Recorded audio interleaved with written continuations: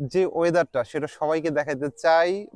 বারবার আমি ওয়েদারের কথা বলতেছি, এখানে ওয়েদার প্লাস হচ্ছে যে নারিকেল গাছের যেই প্রাকৃতিক যে পরিবেশ একটা তৈরি হয়েছে এখানে, আসলে এখানে ময়মনসিংহে এত সুন্দর একটা জায়গা আছে আমি কল্পনাও করতে পারিনি। সব ভালো ছিল, শুধু এটা ছাড়া। বড় ভাই একটু, হ্যাঁ এটা, এই যে এইটা ছাড়া, এটা হচ্ছে গোবর। আমরা গোবর দিয়ে যে রান্না করে, হ্যাঁ ওইটা হচ্ছে গোবরটাকে এরকম এরকম করে পিঠার মতো করে এখানে দিয়ে রাখে, এটা শুকায় তারপর রান্না করে। এইটা ছাড়া বাকি সব ঠিক ছিল, একদম পারফেক্ট।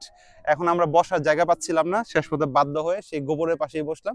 বাট ছবি তুলতে হবে, কথা হচ্ছে এই সুন্দর ওয়েদারকে মিস করা যাবে না, সুন্দর পরিবেশকে মিস করা যাবে না, যার কারণে আমরা এই গোবরের পাশে হলেও আমরা সেই ছবি তুলছি। বাট একটা জিনিস বড় ভাইকে বলতে চাই যে একটু যদি কাইন্ডলি আপনার এই নারিকেল গাছের যে মানে যে প্রাকৃতিক একটা সৌন্দর্য সেটা যদি আপনি একটু দেখান, একটু সবাই একটু খেয়াল করেন যে এখানে একদম যেন সেন্ট মার্টিনের একটা পরিবেশ।